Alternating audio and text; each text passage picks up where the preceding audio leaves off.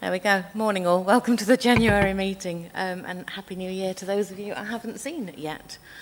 Any apologies? Councillors Bettany and Willoughby. Okay. Late items to be introduced by the chair. I don't have any, which is nice to know. Declarations of interest, anybody? No? Super. So minutes of the meeting held on the 3rd of November. I think everything that was mentioned will be picked up. The late item that we introduced in November was the item on the public sector audit appointments.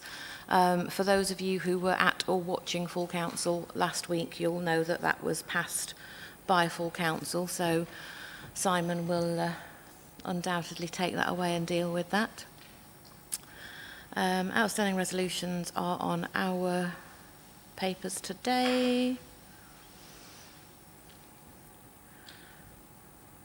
It's only about 3 days since I read this and I've already forgotten if there's anything on here. So there was an invitation to the Strategic Director of Communities in place to attend the committee's January meeting to provide an update on Cctv, and that has happened, and someone will be speaking to us. There were a lot of minutes. Was there anything that anybody has wants to flag with these minutes that aren't items outstanding or no? No, super. Then, sorry, Philip. The external audit issue. The external audit issue. 4321.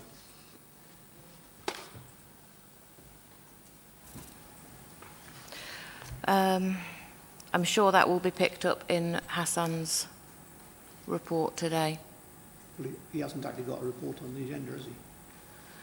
Well, we'll be inviting him to speak. Right, okay. Unless, Hassan, did you want to pick this up now?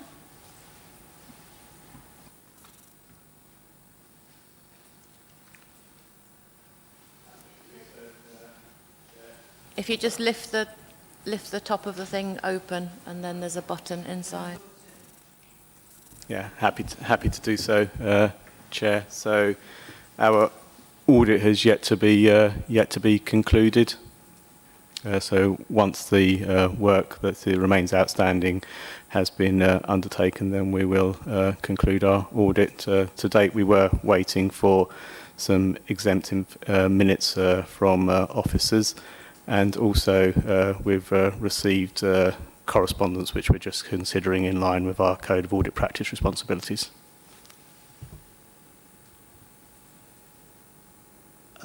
Just on that, I mean, I'm a bit surprised that it's received questions and objections or questions when my understanding of the Accounts and Audit Regulations 2015 that any questions need to be received within 30 days of the opening of the audit.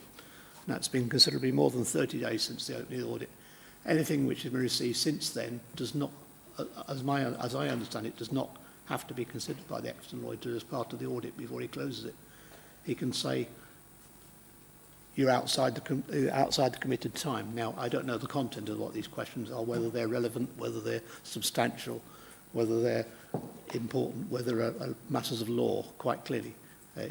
They need to be, perhaps they need to be issued, mentioned at some stage, dealt with at some stage, but quite clearly as part of the prevention for closing the audit, it's not a satisfactory reason, as I understand the Accounts and Audit Regulations 2015. So I was a bit concerned about that issue. The other issue, from what Hassan just said, sounds like he's saying that he hasn't received some information from Simon or somebody from the authority. Is that in fact the case, Simon?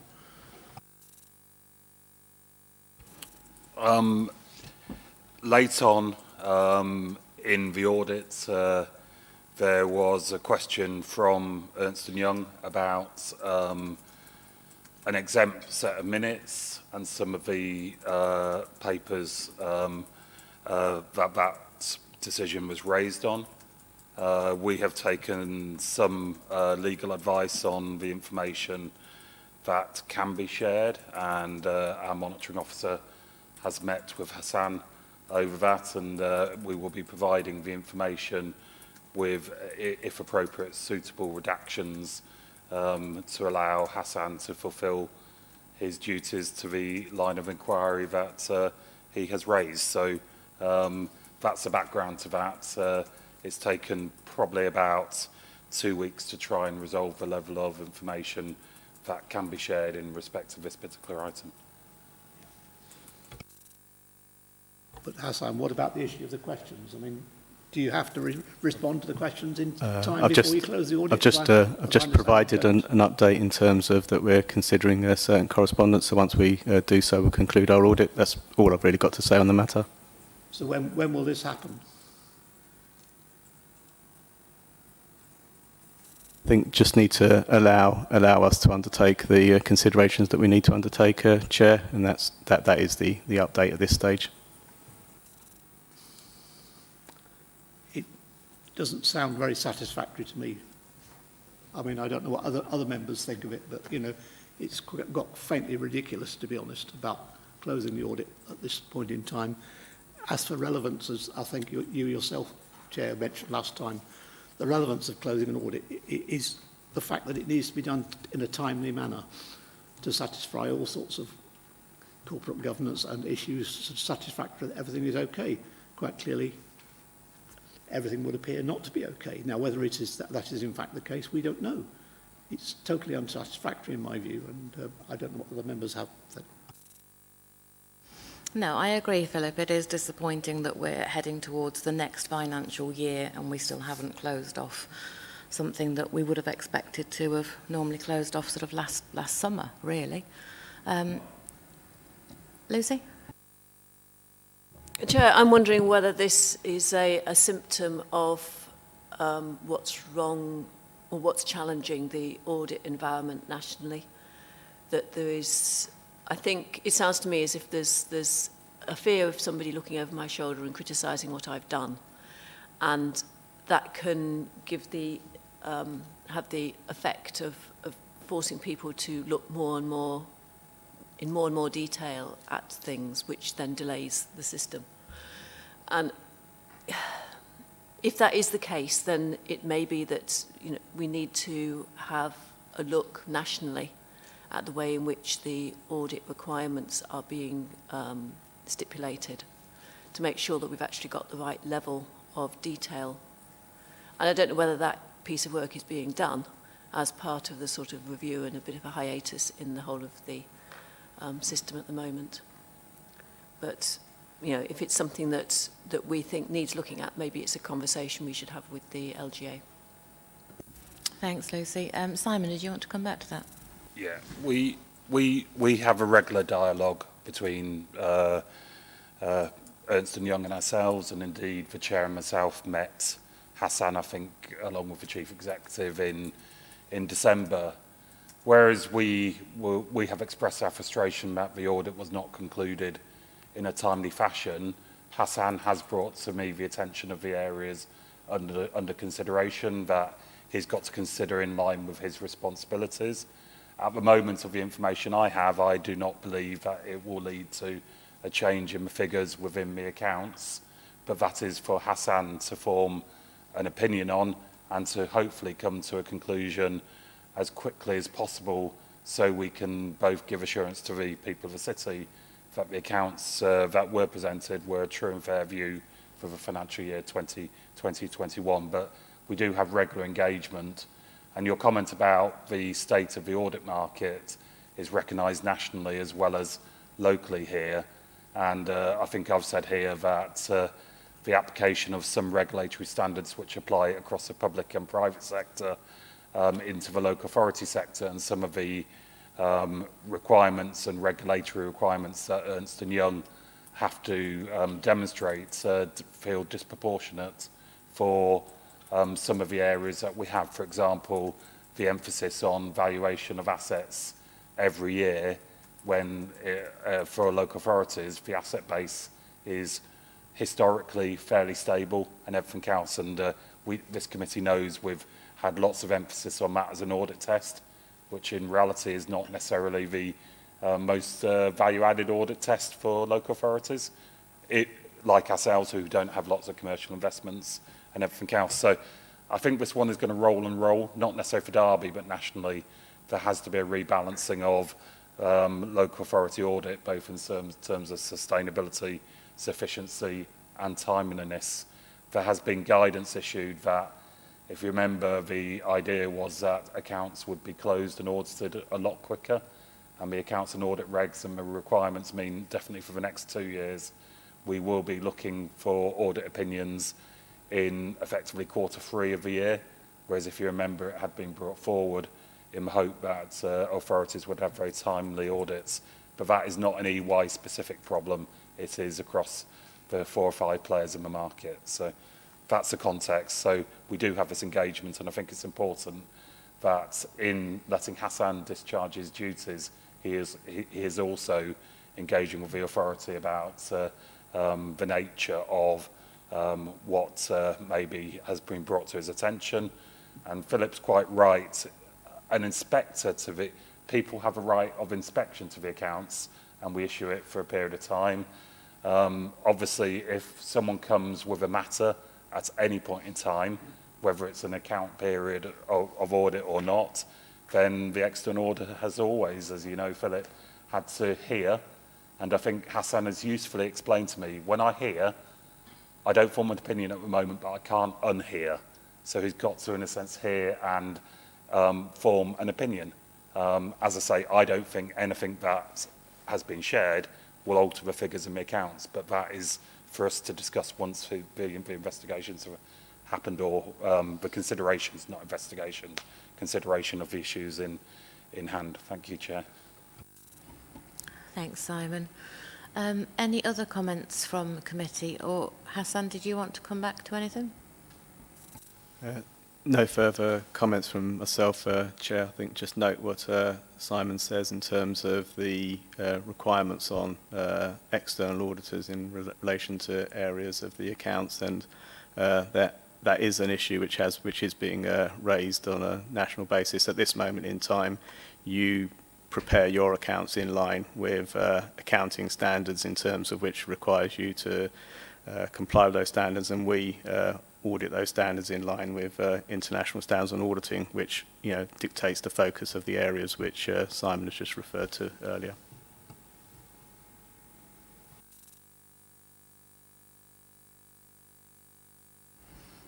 Hassan, the question was, do we have a date when the accounts will be signed off?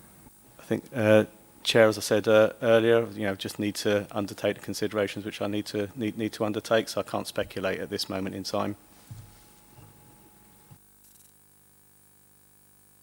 No, Philip, we do not have a date.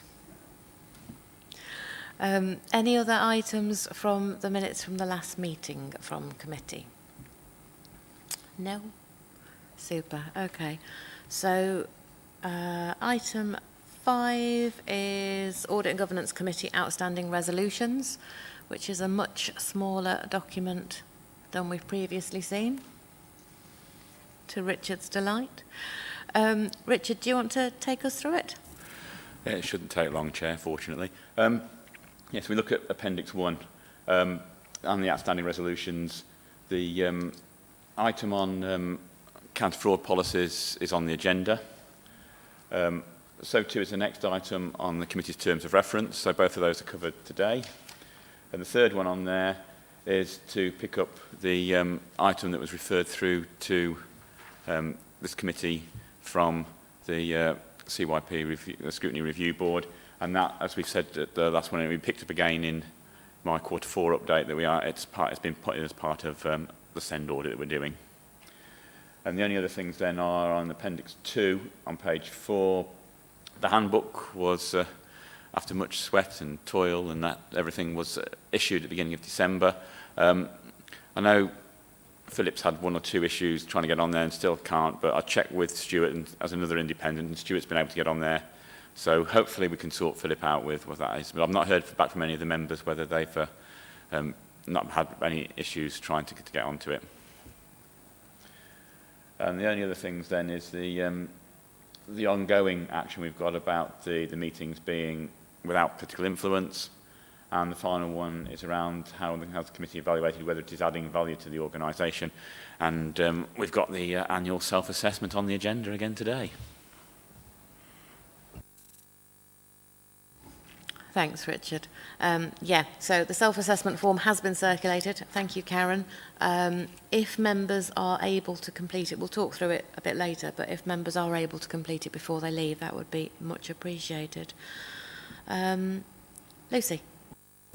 Thank you. I just wanted to highlight the first item on the list, where we resolved that the head of internal audit should not be responsible for writing the following strategy, policies and procedures that other officers should be identified. Having read that as I started the reading of the papers, I was somewhat surprised to find that our head of internal audit was the first author listed on that document.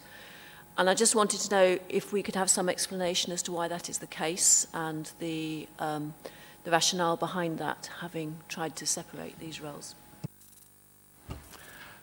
Documents owned by Simon, as Section 151 officer, and we've put together a group of people, one of which is me, because traditionally internal audit has always had a role in fraud. I'm not the sole writer of that. We've had Tracy Thomas, who's been heavily involved in it, as has Caroline Allen from Sarah Walker's performance team, and also Oliver Duwu, the head of legal. The key thing is that I'm not the sole writer of it, like I used to be, and therefore, basically, when my staff audit things, they're auditing me, and of course, everything is going to be perfect. Although they do a very professional job, and it wouldn't be perfect, to be honest. I mean, we have to be careful because audit do have a big role to play in fraud and counter-fraud work. The Council's financial procedure rules detail that any fraud issues or financial irregularities have to be passed through to me for consideration as well. I'm going to be picking up on the financial procedure rules as part of the fraud policies agenda item anyway. But if Simon is happy with me being on there, which I hope he is, then I'm content with it. It doesn't cause me any problems to give my assurance on it, and mainly because I've got two group auditors who do a fantastic job and will look at it, and if they think I've done wrong, they will personally tell me, and they will put it in their report. They're definitely smiling behind you. Lucy, does that answer your question? I guess it answers the question, but it also, I think that this probably would have been known at our last meeting because the document was signed off in December. And I think it would have been helpful for us to have been informed about this change and the rationale behind it before it was a fait accompli on our agenda. Seems reasonable. To go back to the question that Richard posed, Simon, are you happy that Richard remains on an author on that report? I think internal audit is primarily here as part of an assurance function. The Internal Audit Code of Practice talk about them supporting the Section 151 officer as well as giving assurance to the council and those charged with governance, and this is partly what this committee is for.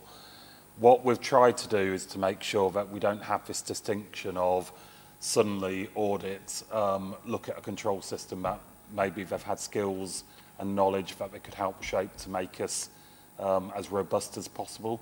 And therefore, I think, as Richard says, as part of a multidisciplinary team, with myself being the owner of the policy, I'm bringing all the assurance expertise to this, because obviously fraud is something that can lead to financial loss, it can lead to reputational loss, it can damage, as we know, many aspects of public service if fraud happens, as we've seen in some of the COVID fraud nationally. So, no, I'm more than happy for Richard to be a contributor and to bring his expertise along with his colleagues to it. Thank you. Any other questions on item 5? No. Item 6 then is risk management assurance update. So Sarah, over to you, please. Thank you, Chair. So this report is the 6-monthly update for the committee in relation to our risk management arrangements. It covers both an overview of our strategy and our handbook and also our strategic risk register. So if I start with the risk management strategy and handbook, they were obviously updated and published in 2020, and at this point I should raise that they will be reviewed during this year as well as part of the review cycle. Over the last 6 months, activity has been ongoing to strengthen how we have embedded our framework and develop our risk maturity. So set out in Appendix 1 is a summary of all of the key elements of our risk management strategy and handbook, which has been assessed, and you can see the previous assessment as well to see the direction of travel. Within paragraph 4.4, just to highlight a couple of things that we have done over the last 6 months, we continue to strengthen the alignment with internal audit, and I think that's evident through other aspects of activity that we're delivering. There has been a development of an accountabilities framework, which is led by our organisational development colleagues, which is aligning to the responsibilities within the strategy and ensuring that we are embedding them through different mechanisms. We have launched a project management platform, which I spoke to the committee about when I provided the update on our programme management office, which is giving us a wider oversight of risk within our programme and project environment. We have refreshed some of our registers and templates to address some of the recommendations from our internal audit colleagues, and we are continuing to do a lot of work around risk appetite, recognising that this is the next step that we need to take as an organisation to allow us to challenge ourselves in terms of our risk controls and mitigations, allow us to seek more risk opportunities, which is the one area of the assessment that has seen an improvement, as that's embedded further within our framework, and to provide a level of assurance. We've actually completed 7 deep dive risk reviews, which I'll come on to shortly as part of our strategic risk register. So there has continued to be a lot of activity to both develop, embed, and seek assurance around how effective the framework is. And in the context of that, obviously, members of the committee, I think at the last meeting, will have received an update in relation to the internal audit of risk management. And presented within the report is a summary of those findings, the areas of low risk weaknesses that were identified, and an update on the activity that is being undertaken to address those. And a number of them have already been completed. So in relation to our strategic risk register, obviously this is considered by our Cabinet on a quarterly basis, with members of the Executive Scrutiny Board having an opportunity to review and challenge. As the Q3 position is yet to be published, that will be going to February Cabinet, the analysis has been completed based on the Q2 update. However, if members of the committee do have any questions following the publication of Q3, that is something that we can cover at a future meeting. So in terms of, if I can advise that members look at Appendix 2 to consider our strategic risk register, this presents an overview of the risk scores that were identified at the end of Q2, how the risks were being treated or whether they were being tolerated, provides an overview of the number of controls and additional mitigations that we have identified in relation to our strategic risks, and flags areas that have either been completed or we have seen slippage in relation to. And I think from my perspective, most importantly, provides an overview of the level of scrutiny that has been completed in relation to our strategic risks, and also the oversight that is provided through our established boards and working groups.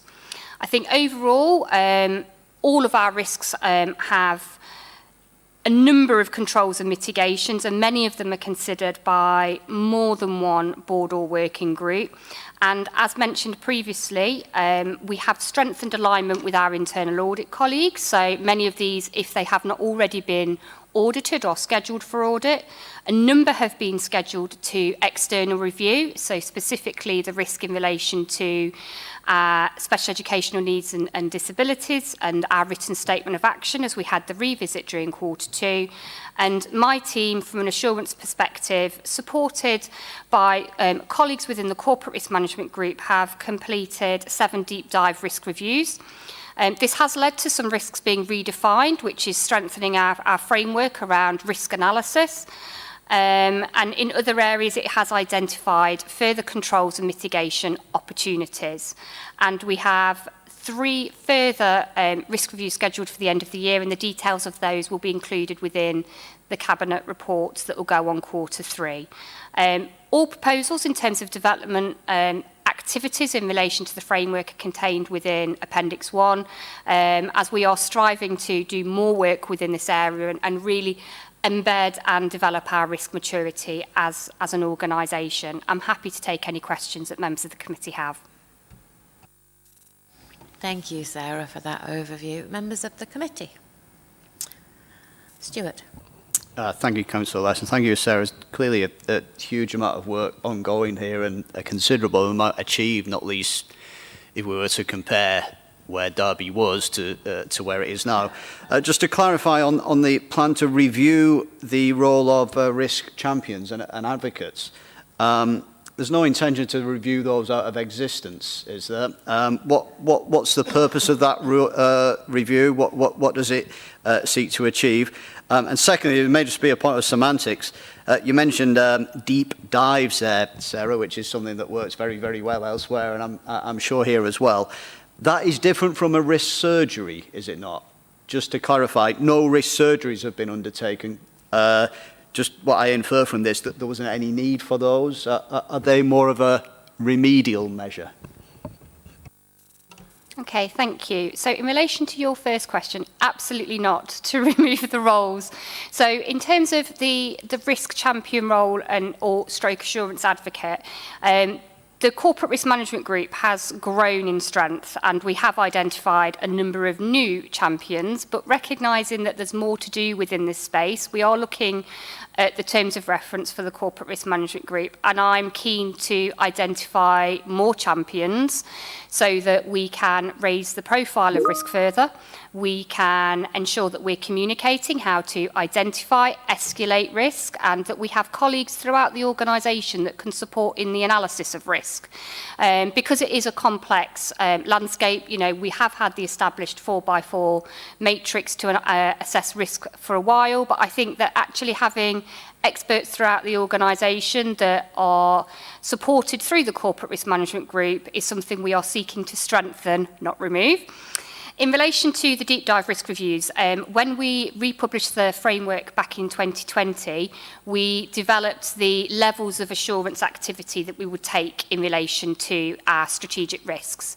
So previously, we considered deep dive activity through risk surgeries with colleagues of the committee present. So we had a number that were considered through a formal risk surgery, which is led by Audit and Accounts, but recognising that there was a step missed within the process and making sure that we maximised the expertise within the Corporate Risk Management Group, we introduced deep dive risk reviews through that forum. And if there wasn't appropriate assurance or members of the committee through the 6 monthly assurance reports, we're not adequately assured on how our risks were being mitigated, then we could identify that we would seek further assurance through a risk surgery. And at this point, based on Appendix 2, there aren't any recommended for a risk surgery. Just to clarify, thank you.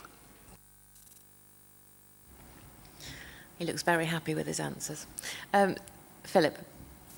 Just a couple of things. At the beginning, you talk about training. I'm just interested in who presumably is online training and who's it going to be given to, and is it compulsory, and so on. That's the one point. The other point is towards the end, on the end of Appendix 2, SR 27 and 28. You talk about needs for needs diminishing the outcomes of Derby's young people and increasing the complexity of needs of children's young people.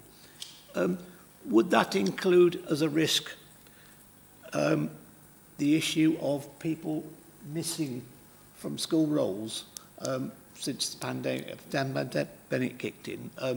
It's reported, obviously, across the country there's a big issue. I don't know if there's an issue in Derby, but would that be included as a risk? Because quite clearly, if people start dropping off the end of the school roles, they would disappearing off sight. And obviously we've all read the worst that can happen, and obviously we obviously hope the worst isn't going to happen in Derby, but I mean, quite clearly that is a risk to the organisation. Would that be included in that sort of risk review? Thank you. In relation to training, we have a session scheduled for this week with Cabinet to look at an overview and an update in relation to risk management, and also discuss risk appetite. And obviously, hopefully members of the committee saw the survey that came out. I say earlier this year, I think it came out before Christmas, but there was a reminder earlier this year. There will be a training session hosted in, I think it is the start of March, which is aimed at risk owners, project managers, and we will be publicising it wider for anybody else that would like a refresher in relation to risk management. And we are working to develop an updated schedule for the next financial year, which will include the committee and other areas that haven't had the opportunity to have any recent risk management training. We are also looking at other opportunities through the rollout and implementation of the accountabilities framework, which includes risk management, to offer more bite-sized information and see how we can make it as accessible as possible. So we are seeking to diversify the training offer to ensure that we're not just focusing on one size that will fit all. In terms of the risk you've identified as part of Appendix 2, this is an area we're actually going to consider next week through a targeted mock inspection within children's services, so early help and protection and looked after children, in anticipation of our next formal statutory inspection from Ofsted. But it would be included within this more strategic risk, but if we identify that there are increasing concerns from that deep dive targeted review, then we would look to redefine or introduce a new risk. And those risks may be held at a departmental or directorate level, and we would escalate as appropriate.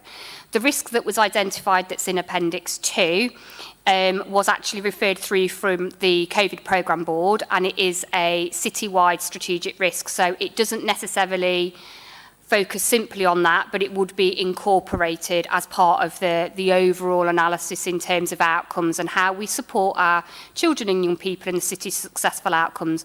And a key element of that is obviously education and their attainment outcomes. Thank you for that. I assumed it was included in it, but I wanted to ensure that it was included in it. But thank you for that. Thanks, Philip. Lucy. Thank you. I also have a couple of things. The first one is to talk about, to ask about the assessment, as you go through the assessment of risks, whether you change the membership of the groups that's doing those reassessments, because if the same people look at the same thing each time, you may get the same outcome. And I just wondered whether that had been factored in terms of that thinking. And the second thing is I think it's really positive to be talking about risk appetite. I just think it shows how much, as has been said, how much our thinking on risk has come on over the last, 5 years or so. But in terms of that thinking about the risk appetite from the Cabinet perspective, if that is out of step with what the risk appetite is from senior management or from the council as a whole, how is that sort of thing looked at and brought together? Thank you.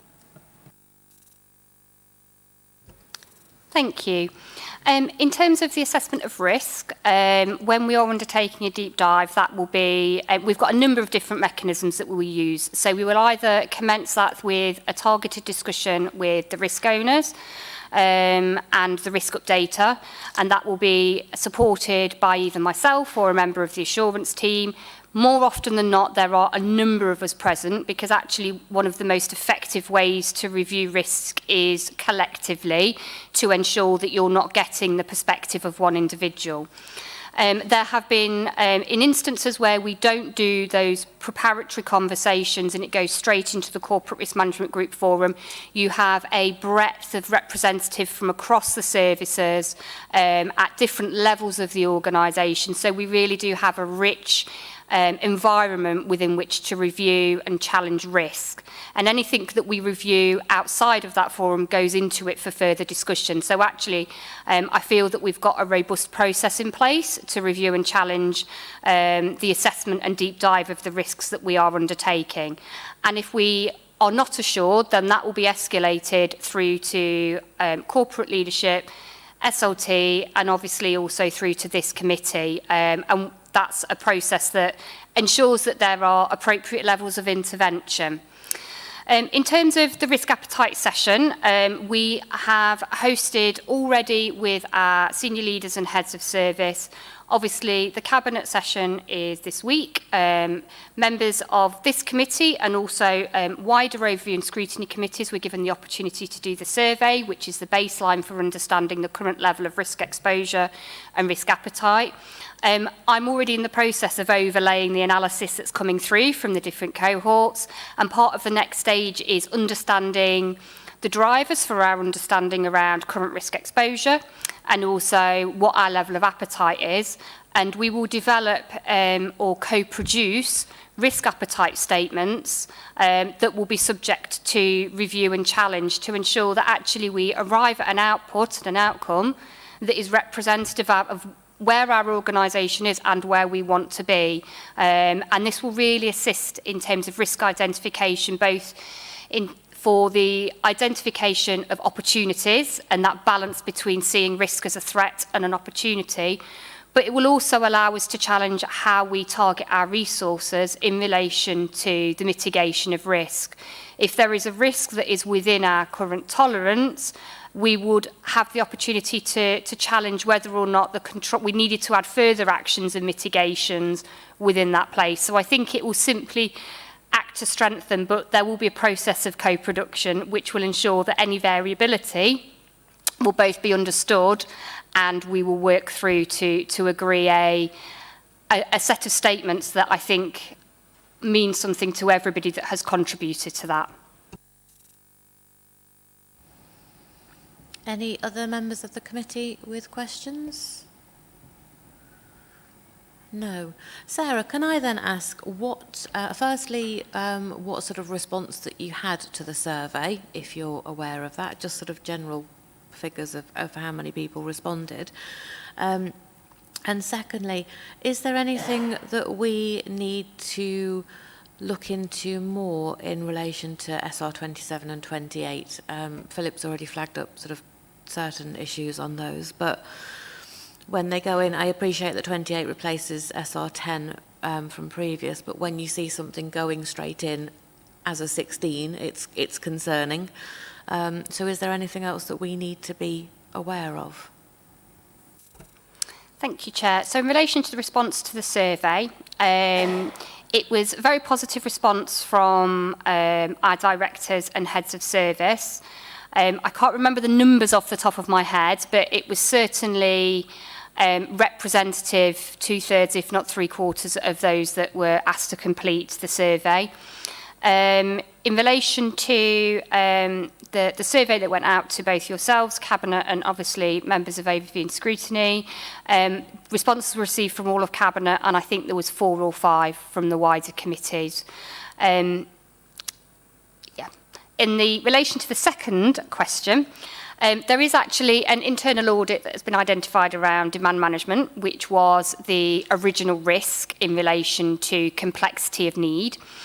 We have had some external challenge within this space, as we had a focused visit in the summer of last year from Ofsted, but that specifically looked at our children in care, although it did challenge, obviously, the thresholds for children coming into care to ensure they're appropriate. There have already been a number of activities that have been ongoing since then. So there has been a multi-agency visit to our front door arrangements in relation to those that are identified as in need or and our leaving care service. So my recommendation to the committee would be, given the fact we are anticipating an inspection from Ofsted in the not too distant future, that they may request an update from the director in relation to the level of assurance that's provided around complexity of need and also outcomes for children and young people. And then if that isn't sufficient, we could seek to do some targeted activities through a risk surgery. The original risk that was identified as part of the strategic risk register was one of those that was subject to a risk surgery back in 2020, the summer of 2020. So there was an opportunity and it has been subject to regular review. Super, thank you, Sarah. Fareed.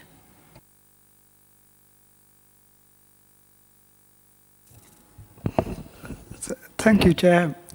The way I see risk management, I'm sorry, it's a bit of a general issue that I want to raise. In public services, the two main risks are any of our services likely to drop below acceptable level in terms of standards? And the second aspect is, are we likely to provide a good standard of service within the budgets available? And we assess risk against those broad parameters. Now, broadly speaking, I'm quite impressed with the way we are trying to manage that process.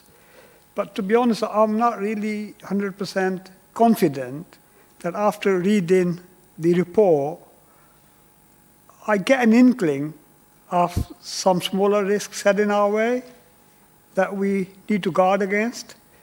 Or I'm quite happy to accept the reassurance that everything is safe and sound, both in financial terms and our ability to provide services on an ongoing basis going forward for the next 3 to 5 years. And secondly, that none of our services are at risk of dropping below an acceptable standard.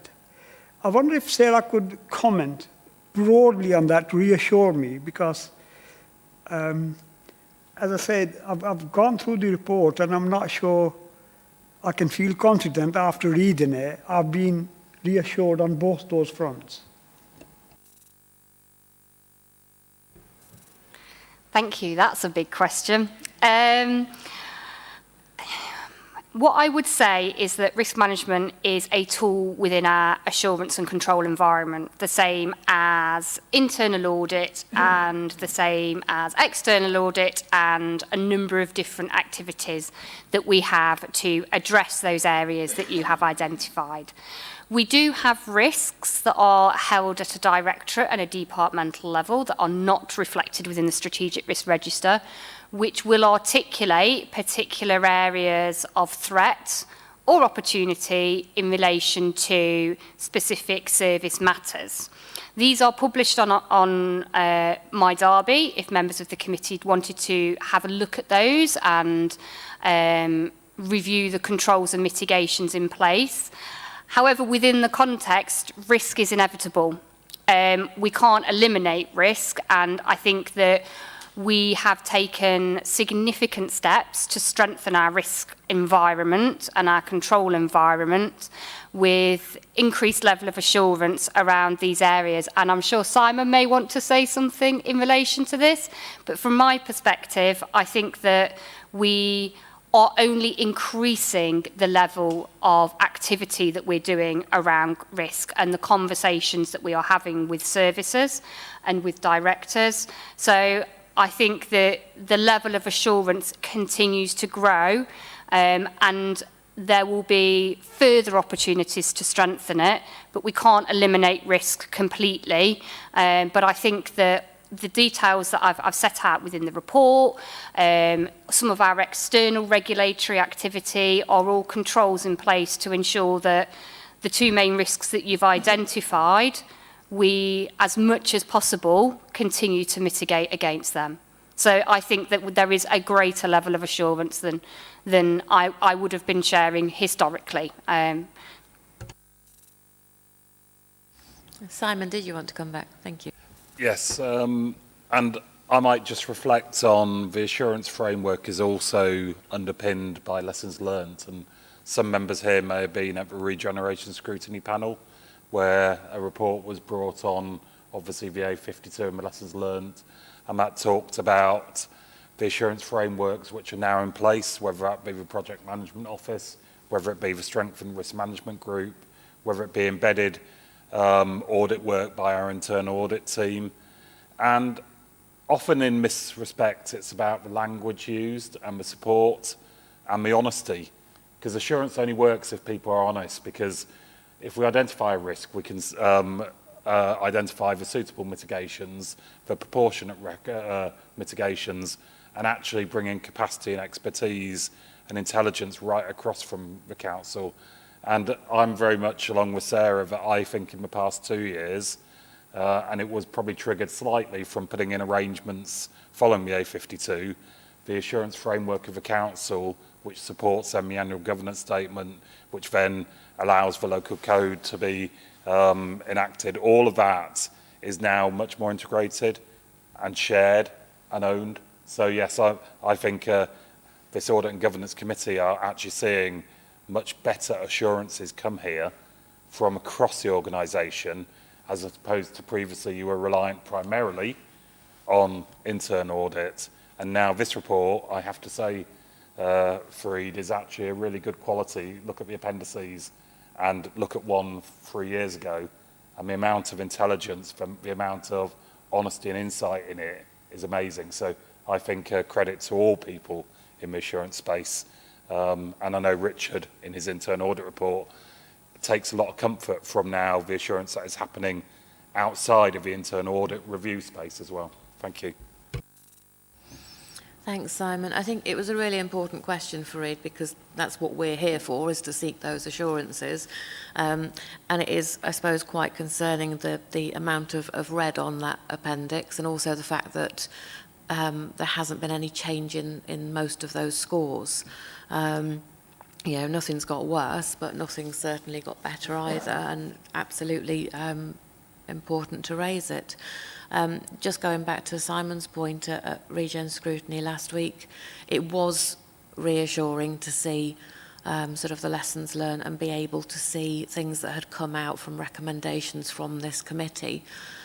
So that was, and I did say at the time, was really reassuring to see. So thank you. Any other questions from committee? No?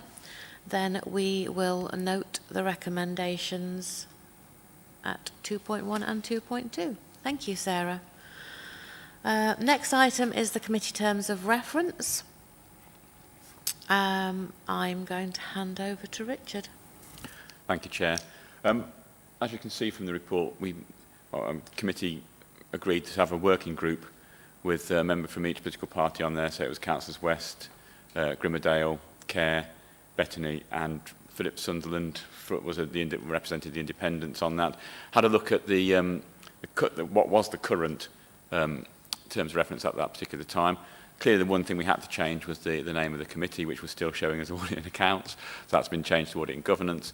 But went through each of the terms of reference on there to make sure that they felt it was still relevant in light of, and I've included this Appendix 2 for the rest of the committee as well, the sit for position statement on audit committees in local government and police. What the committee what the working group did decide was that there are 3 areas they wanted to change in there other than the title of the committee, and that was item 6 around the mitigation of risk, but also to include receiving assurance on the adequacy of the council's insurance portfolio. Number 10, which was to review the governance and assurance arrangements for any council-owned companies, significant partnerships and other collaborations. And then to slightly amend term of reference number 11 to add and to receive an annual report providing an overview of all external regulatory activity at the council during the year. So they were the 3 key changes to the terms of reference that the working group are proposing. However, one of the things they did ask me was, could I have a look at some other terms of reference around there and see if there's any items in there that weren't included in ours. And as you can see in paragraph 4.4 on page 2, I've included 3 areas that I came across in other terms of reference that we haven't got in this committee's terms of reference. And when I went back to the working group, they said what they would like is to bring that to this committee and ask the committee whether they feel that these 3 areas are something that should be considered in there. Paragraphs 4.5 and 4.6 sort of give you some steer as to what you should be thinking about when you look at these 3 areas and decide, well, and also the areas that the working group are proposing to put in, as to whether you feel that they should be in their terms of reference. And the other thing to bear in mind is, if the terms of reference are agreed, then we'll have to have items included in future work programmes to cover those items. Thank you, Chair. Thanks, Richard. Comments from committee, please. No comments. Philip. Just on that 4.4, sorry. The second bullet one about the effectiveness of constitution-related contract procedure rules, regulations and so on. That recent training session we have, the one on about contract rules, I think it highlighted a number of issues there, certainly for me, that perhaps we need to look at the whole position of contract rules and regulations and how we work at the moment. I don't know when they were last reviewed, but it strikes me as things have moved on a bit, particularly with the issue of COVID and having to get contracts out in a slightly different manner. People not being able to physically talk to each other quite as easily. It's not always as easy to get hold of people. So it just strikes me as an issue that needs to be reviewed, I would have thought, imminently, if it hasn't been reviewed for some time. And it strikes me as a key thing to be looked at on a regular basis every 2, 3, however many years, because things do change. You know, if inflation is with us in some way or another, so figures will change. The decision to go out to X number of tenders for amounts over a certain thing, that will change over years. It needs to be looked at on a regular basis. So it strikes me as quite an important thing to ensure that the committee has an oversight of that, and also look at it as well. That's just my thoughts, that's all. Thank you. Martin's indicated he's going to respond. As part of the contract working group that I'm presently sitting on, the group are looking to review and update the contract procedure rules. Discussions have just commenced as who would be best on that group and how we're going to go about it and so forth, but it is in the pipeline. Thank you. Lucy. I am conscious that we've already got an enormous list of things that we can be looking at, and we don't want to be stretched even thinner. But I think that, as Martin's just highlighted, some of these things are being looked at already by internal audit.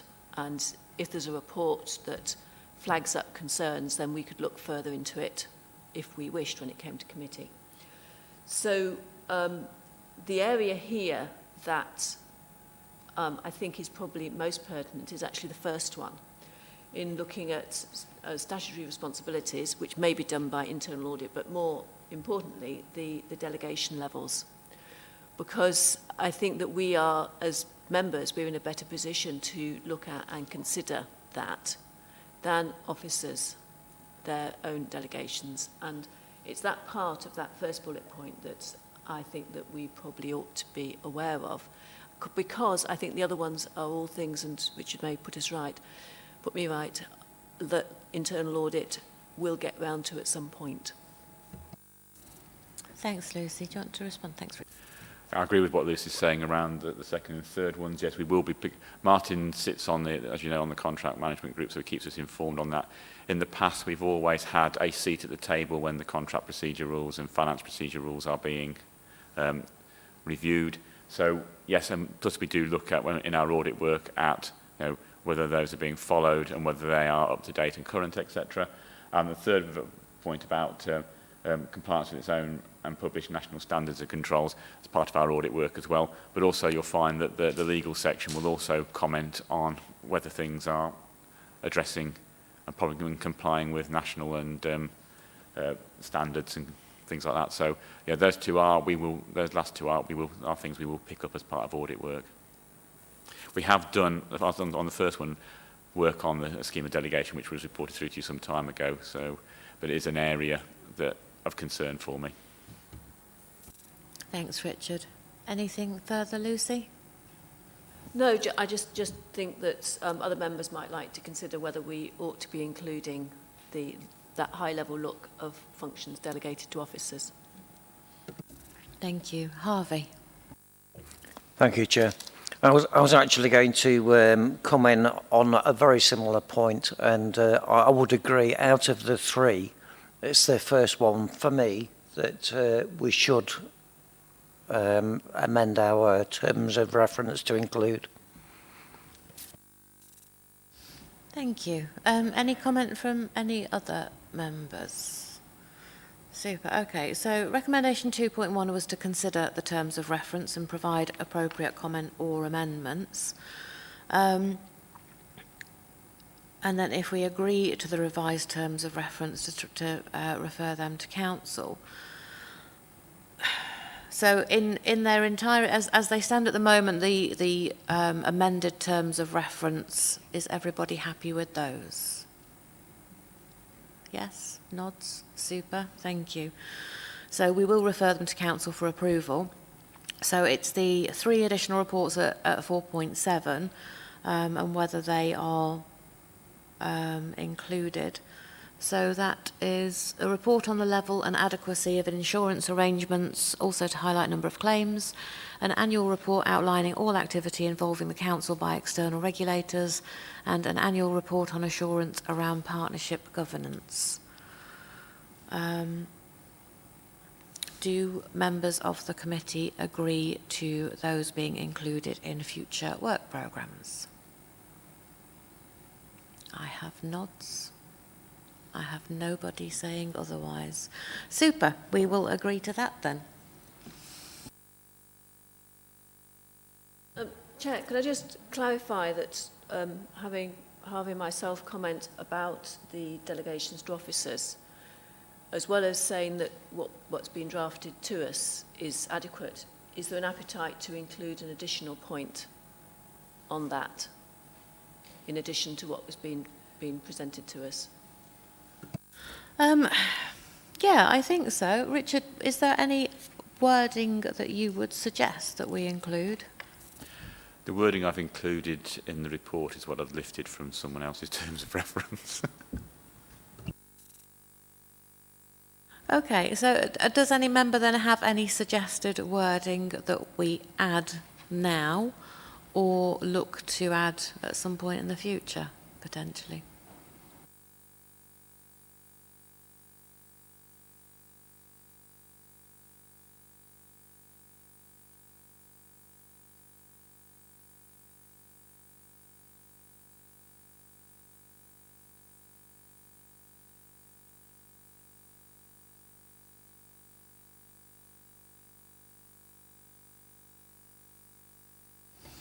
So we look to add all of that point and the first point to the terms of reference.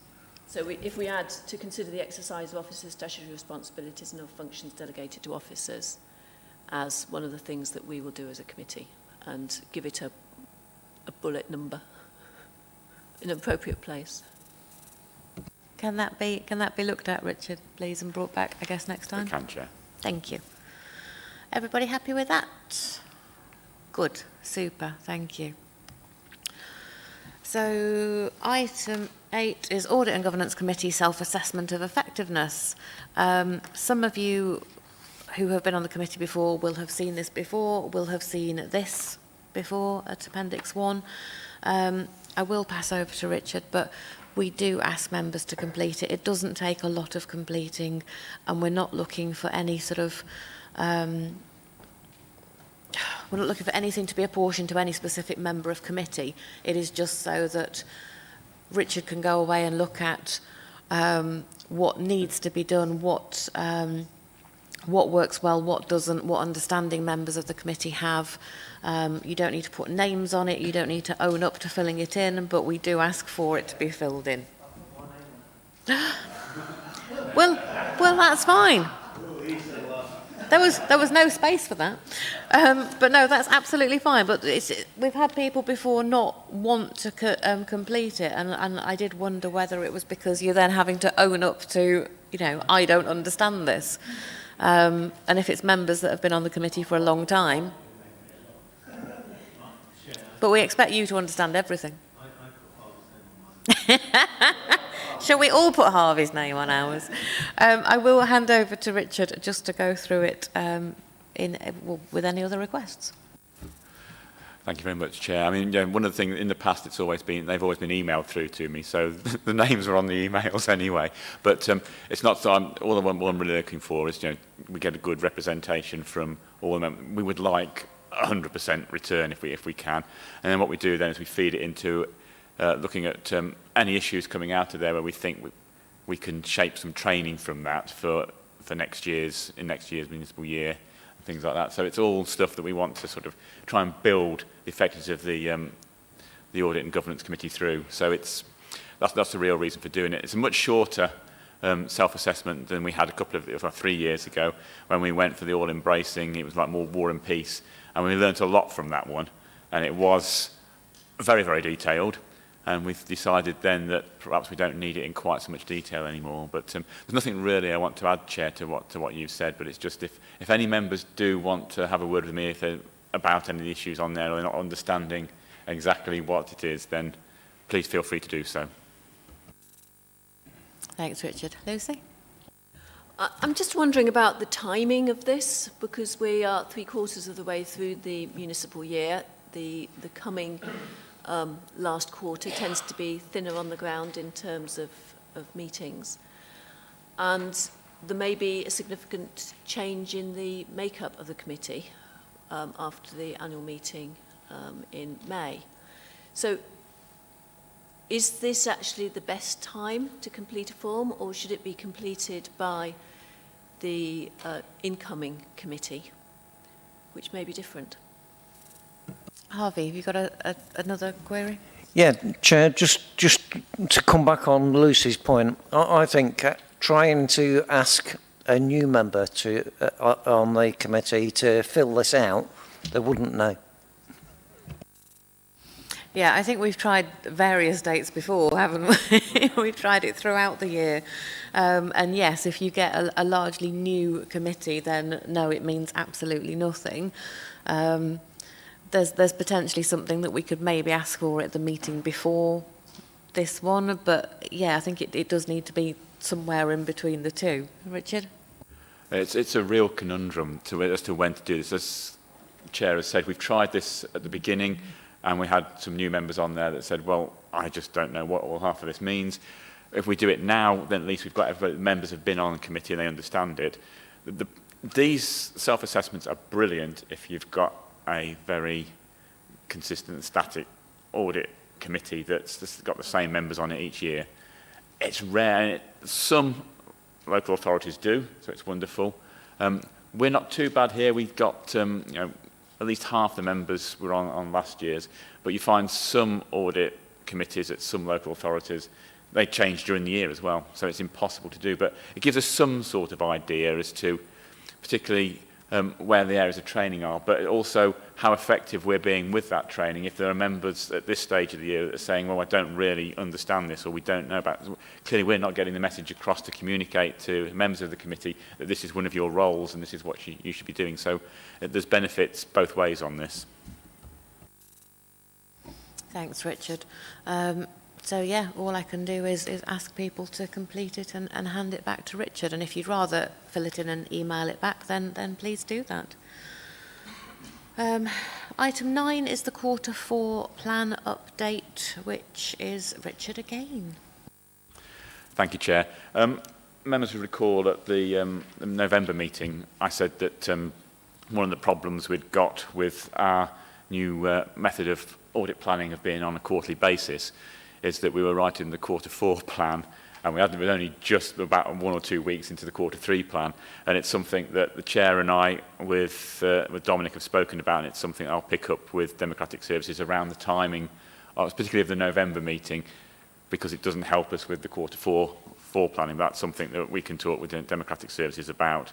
But what I did say is I would bring back a report on Q4 once we'd got a bit further into Q3 to identify what was happening, and now we're actually in Q4 itself. But as you can see in 4.2, I've put some areas there that we're looking to introduce.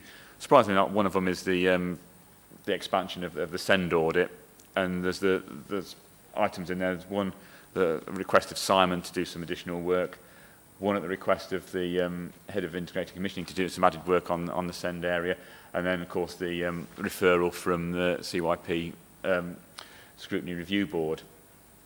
I'm doing some work as well for the Chief Exec. I'm doing a review at his request into a planning complaint that's come through, so one of my audit staff is working with me on that.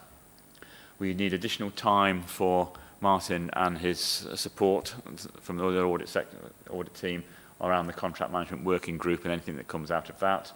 And clearly there's data analytics work that we're doing around that, so we needed time for that. We are finding, it always happens around Christmas and after Christmas, an increase in requests for internal audit input and advice on systems and what's happening there. Not always on new systems, sometimes on new systems, but also concerns around current systems. And a lot of this we could try and translate into 22, 23 work, but again, that'll have to go into our risk assessment pot and see how it comes out against items that have been flagged up within, say, the Derby plan and that type of thing.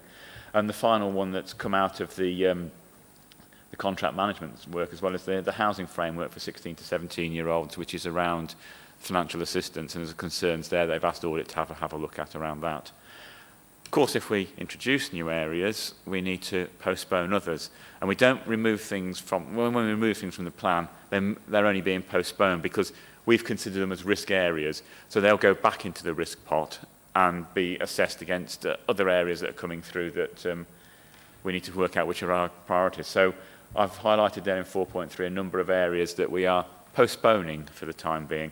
However, as I say in 4.4, should we find that, say, come beginning of March, we've still got time, rather than have auditors sitting around, with nothing to do, which is very, very rare because we've usually got stacks still we're trying to do around there within the partnership, but would be to reintroduce one of these back into the Q4 plan. So the upshot really of this is our committee happy, to accept that we are making these amendments to the Q4 plan. Committee, are we happy? Right. Okay. Thank you, Councillor Pearce. Harvey, was that yep. Sorry, Chair, can I just make a recommendation that if we add one back at the end and you've got time, can you tackle child poverty? I think if Richard could tackle child poverty, he would have done it by now.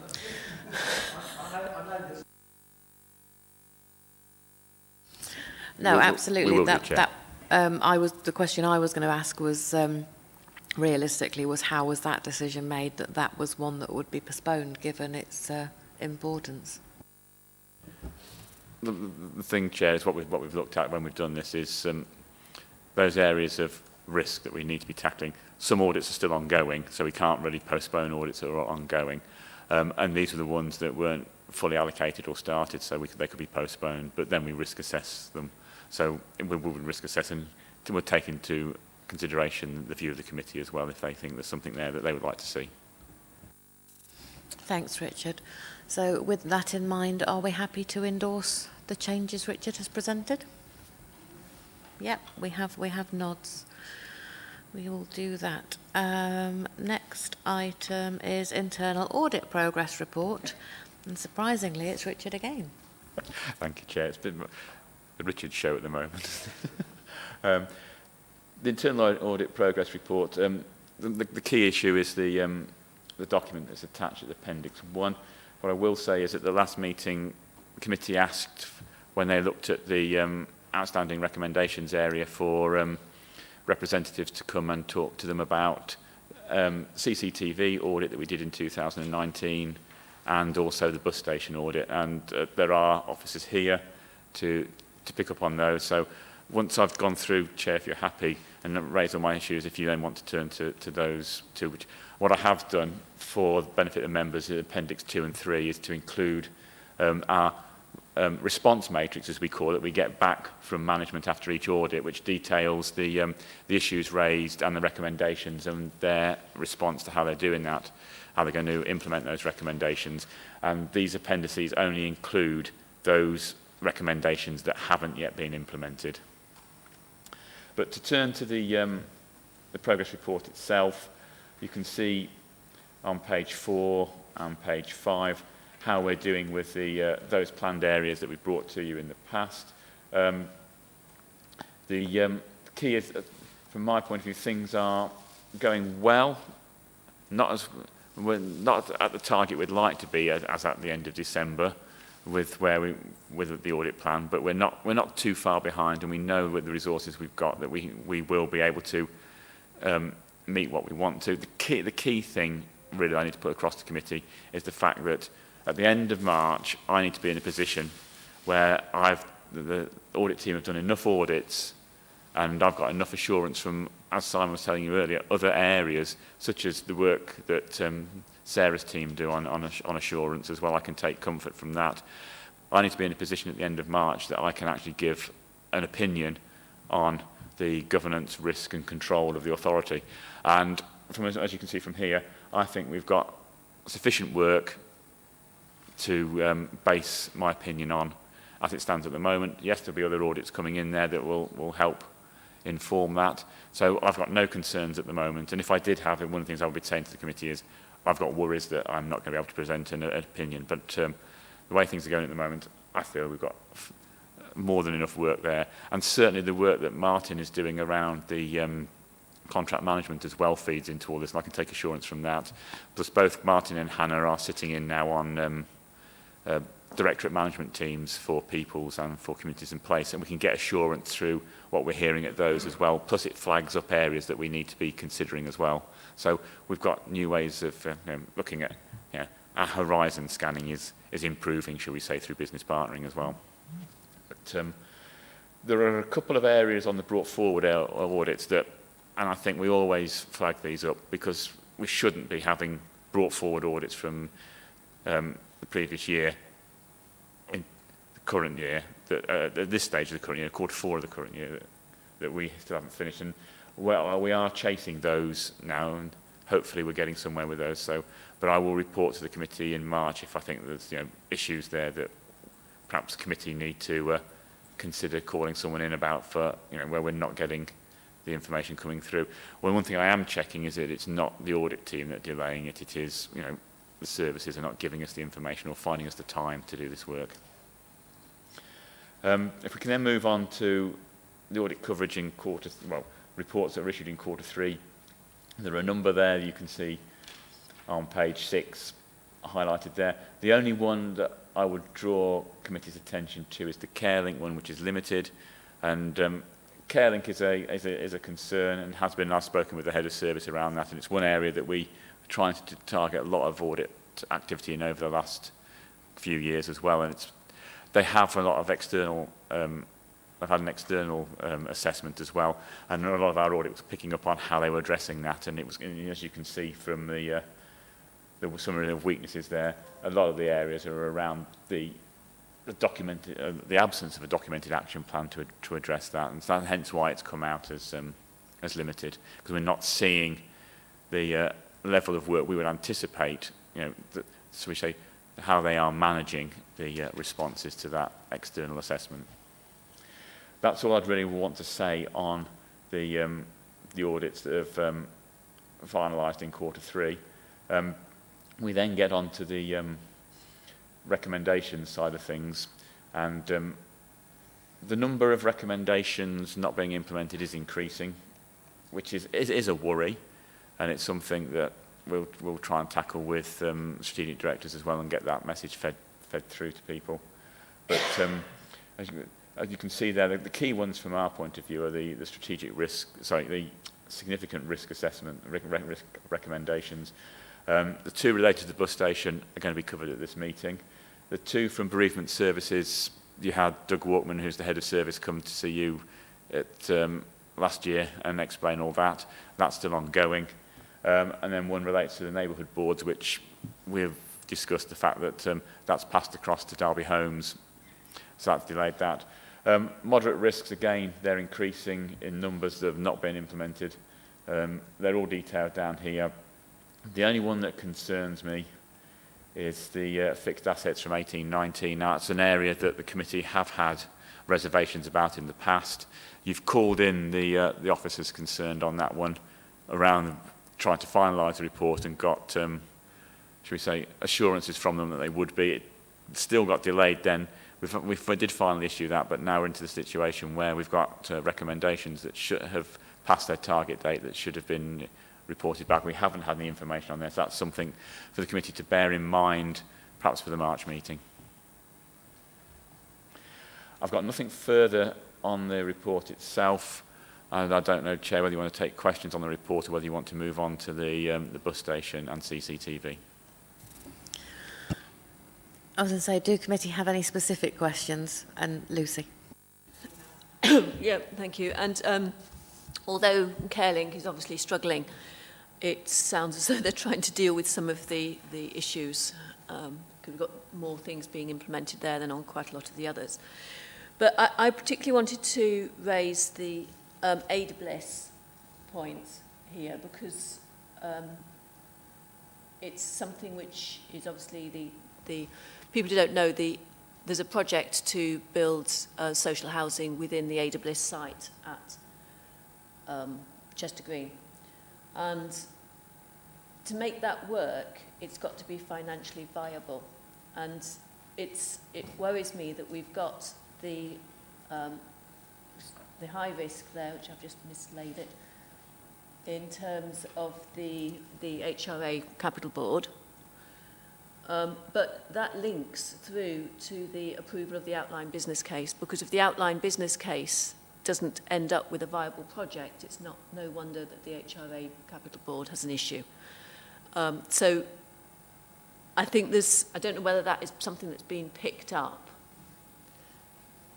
as a risk there, the linkage between those two. Because if the costs aren't right because the wrong specification has failed to be agreed, you know, it's actually a serious issue if the outline business case hasn't been signed off correctly. And I think it's a bit late now, and it's probably not happened already because it says action due, not completed. So that was my first point. The second one was on the Section 106s. And although the list here doesn't seem to be highlighting these as, where is it, as being major, I can't find it, but examining 13 of these and finding 3 were in the wrong place or absent, that's nearly a quarter of them. And I'm not sure whether the action that's been expected is to sort out those 3 or to go through all the Section 106 documents and make sure they're all in the right places. But that's, you know, a quarter of them in the wrong place is not a good status situation. And then 2 out of 13 had not been spent in the agreed period. Well, if we don't spend them in the agreed period, we may lose that money. And 2 out of 13 is, again, nearly a sixth of them. And that, we could be talking about major sums of money for some of these. And I was quite shocked, not just by the information that's been pulled out on here, but also by the sort of identifying these things as being a low risk when financially we can be talking about hundreds of thousands of pounds. So just a bit more on those 2, please. Yeah, I mean, it's going back to how, if we take the Section 106 one first of all, it's how we assess the risks from the auditor when he's looking at them to what he perceives when he thinks. I take what Lucy's saying, that, you know, you're talking 25% here. I can't give the committee assurance at the moment around that. I need to have a look at the report in more further detail. I don't know if Martin can record it. I can't record it in that much detail on whether on the right around the 106 as to why they came out as low risk. It's something we could go back and have a look at and then report back to committee if Martin can't record it either.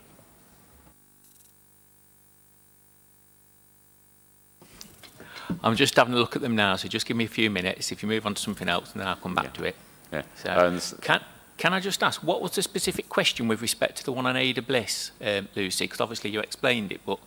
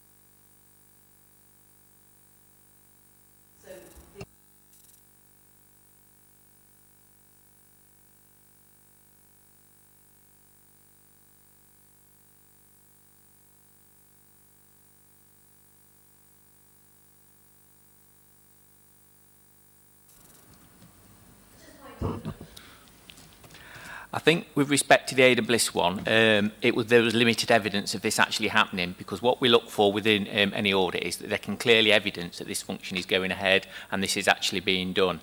There were actions in place and things were being done, but what we want to see is that some clear trail in there to evidence that this function is being undertaken, it's being effectively evaluated, and that's in place. Now, with respect to that recommendation, that's what we were saying for that one. They need to ensure that the board actually reviews its governance arrangements and ensures that it is actually meeting with the council's requirements. The same board or the same group ensures that they've got minutes that accurately reflect decisions and discussions which are being taken and decisions following those.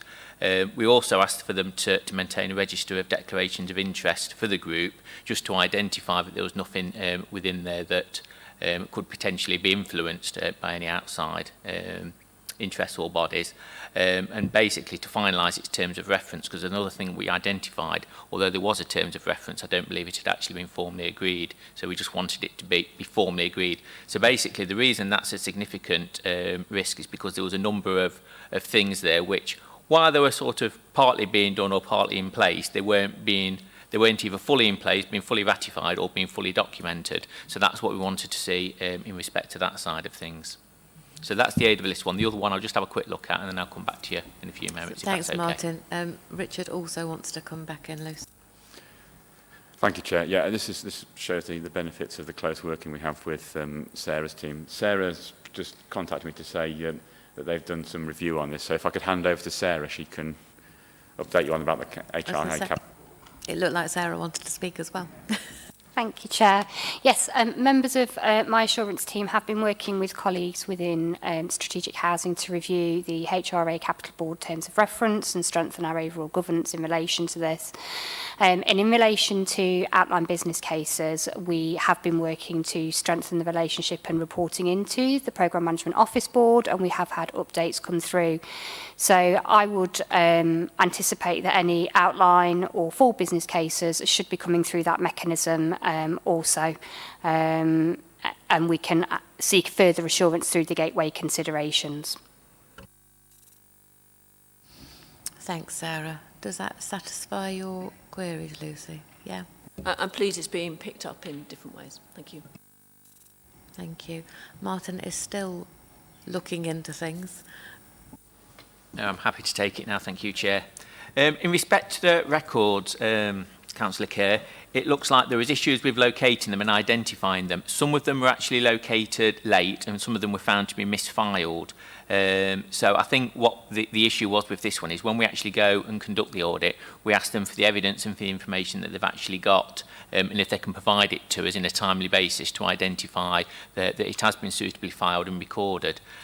Now with these, some of the information has, I think one of them has been misfiled, which they did later find and came back to us. The other two, it took them so long to actually identify it. We'd sort of already raised the issue and we'd already got the report out in draft, and they told us the information wasn't available. Information did subsequently come through, but we did say, well, it's got to be a low-risk recommendation, because if we've struggled to actually find these documents and find this information in order to validate the process, there's clearly not a sound process in place for filing and retaining these documents. So we said they'll need to shore up the systems to ensure that they have got proper processes in place so documents can be made available upon request and within a timely basis. Through you, Chair, the action that's being taken, is that going to be going back and looking at all live Section 106 agreements and making sure they are attached to the relevant planning application? Or is it only making sure that we've got a process that will get it correct in future? The action which was agreed in respect to that one was that they'd undertake quarterly checks of all Section 106 agreements completed in the previous 3 months to ensure that all the information had been suitably uploaded onto the e-platform service. So yes, it will incorporate all of the Section 106 agreements which are presently ongoing, and it won't just do it as a one-off exercise to ensure it's in place now. It'll do it going forward on a quarterly basis to ensure that all of them maintain being uploaded in a timely basis. And Chair, the second point, which is there on making sure that we're actually spending allocations that we're being given, how is that being managed? Martin's gone back to scrolling, but no, I mean that was going to be my question as well, because that's something that comes through to councillors sporadically. I'm not sure that it comes. Does it come through quarterly? It felt like a very long time from the last one, before the last one had been received, and it is something that I think a number of us struggle with. Sometimes getting our heads around just that. They come through to us in a ward-specific manner, but they can't always be spent in the ward that they're allocated to, and making sure that things don't drop off, because, as you say, it can be a significant amount of money.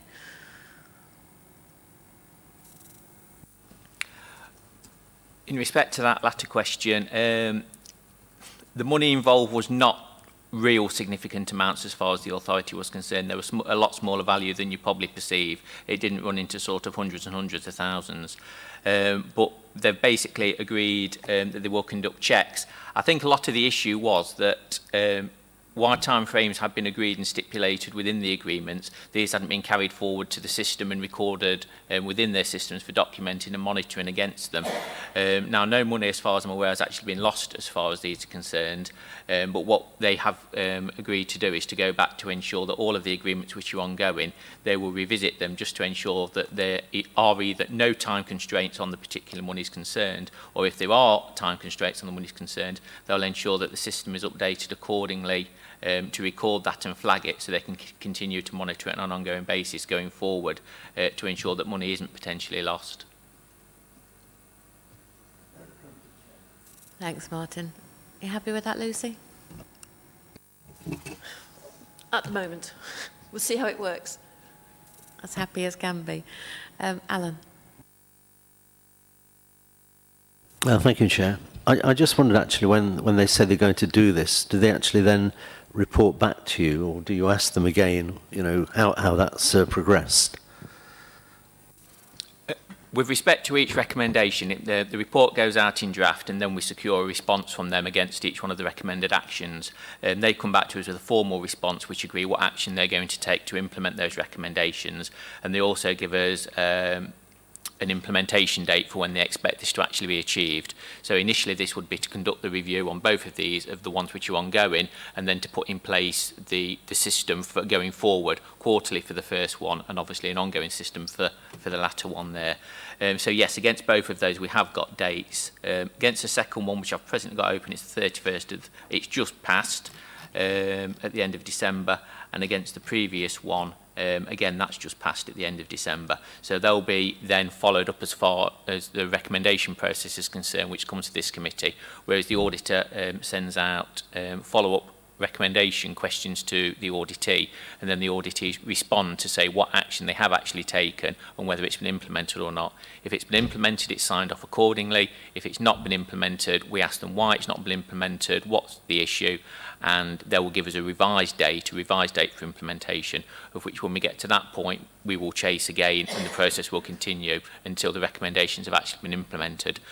The ones where it's ongoing for a number of months or numerous dates have actually been missed are reported to this committee in the follow-up recommendation follow-up section within the report. Thank you very much. I'm happy with that. Thank you. Thank you, Martin, for looking into all of that live and on the spot. Any other questions on Richard's report before we move on to the CCTV? No? Richard, is there anything that you would like to say before we hand over to Sam? Nothing from me, Chair, no. Over to you then, Sam. Thank you. Thank you, Chair and Committee, for inviting me to the board. And I do appreciate the time lag on this particular piece must be really frustrating for the committee, and I just want to recognise that and just acknowledge that I'm the person accountable for actually delivering this. So I'd like to offer my apologies for the delay. This action actually predates my time at the council, so it must be really frustrating that, you know, I've been here just a year now and we've still not managed to get this done. So I just want to give committee an update on what we have been doing to try and get this over the line by the end of this performance year. So trying to get this complete by March. So in terms of the recommendations, we accept those recommendations. There are things that we need to do. Management of CCTV in the council is not contained in one place, and it does need to be. We recognise that.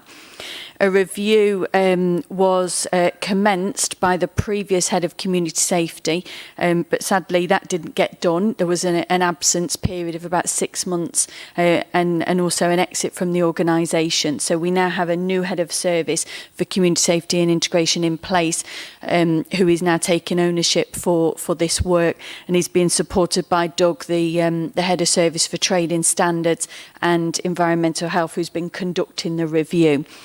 So Doug has finished his review and he is now at a stage of putting that into a report which we can then share with our colleagues in audit for them to review.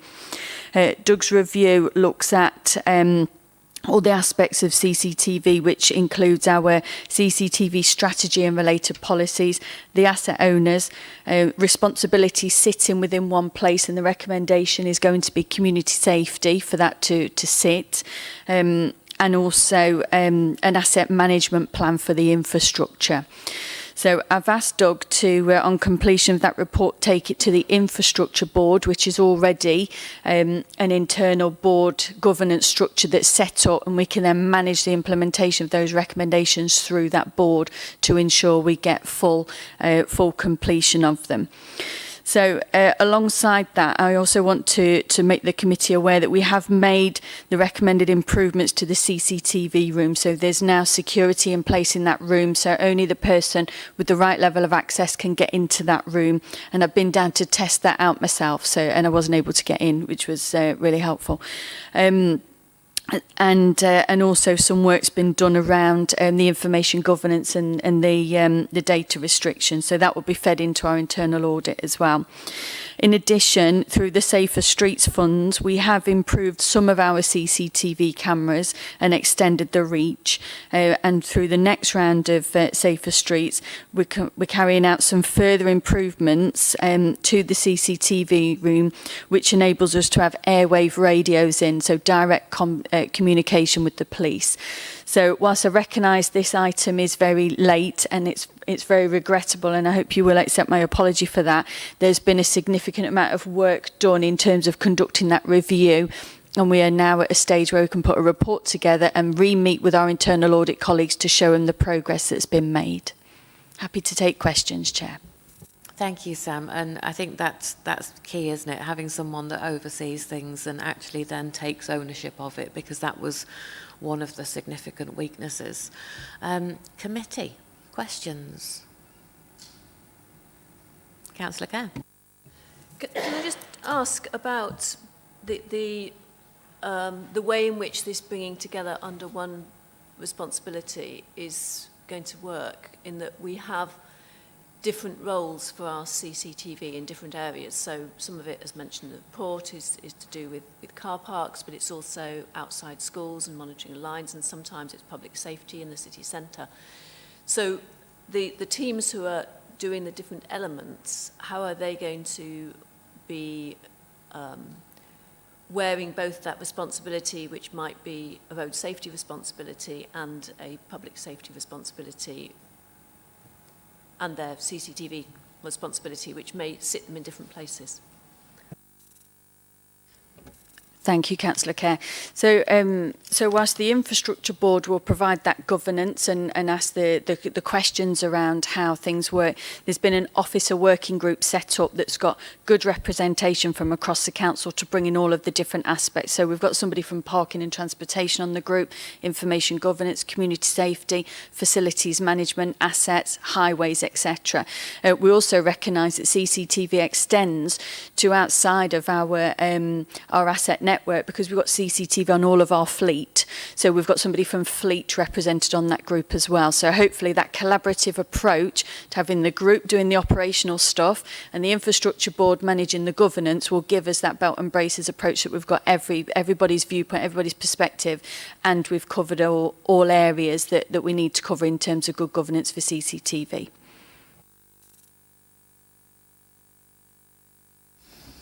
Any other questions from committee on this one? No. I think we're just very grateful to have you here and to have the report. Thank you, Sam. So the next one is the bus station processes and procedures, and Nigel and David are both here on this one. Nigel, thank you. Thank you very much, and similar to Sam, my apologies for the outstanding dates on some of these items. Particularly with the bus station, it is an environment which has been very much struck by COVID. Both in terms of early 2020, we were in a position where we actually had to respond to the early stages of the pandemic by shutting the bus station. Then we had to go through a process of reopening it and maintaining it as a safe environment. And that's been an ongoing story as we've gone through the different waves. It's also been a very difficult environment in terms of the damage done to public transport through the pandemic and to the operators, who are obviously a key partner. And all of that sort of begins to play into why these are outstanding. The items that relate predominantly to cash collection at the toilets, and it's not mentioned in this report, but a concern we also raised with Audit was around the change machine as well, and the reconciliation of that. It was an old machine with insufficient reconciliation. These were all going to be basically reconciled by a total refurbishment project from the bus station, for which we have funding. That all of that project has been delayed, and the project will still come forward. The completion date is expected to be between March and early summer 2023. It will reconcile some of the recommendations here, because it will change the way that the systems actually work. At the moment, the toilets are not being charged for, so there's no risk at all in terms of the cash relating to toilets and the change machines, etc. When the barriers for the toilets, actually, say toilets, we are reinstating with what's known as changing places for a greater degree of accessibility, and that's a process we're going through at the moment with architects and as part of the refurbishment. We have got some drainage issues to solve before we get there, but I won't bore this committee with that story. When we do reinstate, we'll be reinstating with a different system. There'll be new barriers. They may be cashless, or they may work on a token basis or something like that. But they will be different, and obviously the process will be fit for purpose in that respect. Looking at the other recommendations, particularly on ticket sales, we do have a reconciliation process in place for that, where we can use third-party data from the operators to reconcile what's gone through the cache. Where we can, we do try and have someone there at cache-up times, but we basically have one person who's on site in the bus station. The bus station manager, as predominantly when the bus station's been open over the last 2 years, has been on site. He has not been working remotely. He's been there with the security and cleaning staff, so all credit to him for staying on the front line. But where we can't be there at cash-up time, we do have a background reconciliation using third-party data from the operator's sales. On the departure charges, there are standard charges, and for the vast majority of local bus services, those charges are fine, and we've got no issues with those, and I think that's recognised quietly in the report. The issues are, though, around coach operators and identifying coach usage. It's not a primary use of the bus station, but it is an issue. There is a standard charge, but it's that trigger of identifying that coaches have been used. Not all of those coaches run to schedule. Some of them are individual trips, taking people to the coast for the day, for example, rather than National Express. National Express is an easy one because it's scheduled, but the coaches, independent coaches, coach tours, coach operators, they're a bit more tricky for us. Bus station manager has a process, but if he's dealing with customers or he's dealing with a flooding crisis, as quite often happens, particularly relating to the toilets, which is another reason why we're refurbishing them, then obviously there is an opportunity for him not to be able to do that. Now, we can track usage through Cctv, but it's not infallible.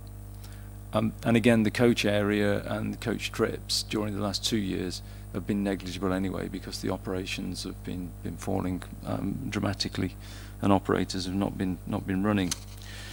The whole bus station operation, though, is now falling into the realms of the National Bus Strategy and the forthcoming Statutory Enhanced Partnership, which will be launched, we believe, given that we're still waiting for some government direction, but we believe it will be launched in April this year. And as part of that, we've got to form a supplementary partnership around bus station and public transport hub operations. So it will fall very much into that realm. On the key issues, we have a process in place which I think satisfies the recommendation that the keys are off-site. What I will sit here and confess, though, is that actually tracking that process with an actual log it's done by assumption. We know where the keys are, we know who's got them, we know where they are, but the log element is something that we need to refine. Thanks very much, Nigel. David, did you have anything to add, or were you here purely for questions? Chair, I think I'm purely here in a support role for Nigel, so happy to take questions though. Thank you. Members of the committee, any questions to Nigel or David on the bus station report? Harvey? Thank you, Chair. Just a question around coach use and the ability of CCTV to be effective. The question is, why isn't it effective, and what can be done to make it more effective?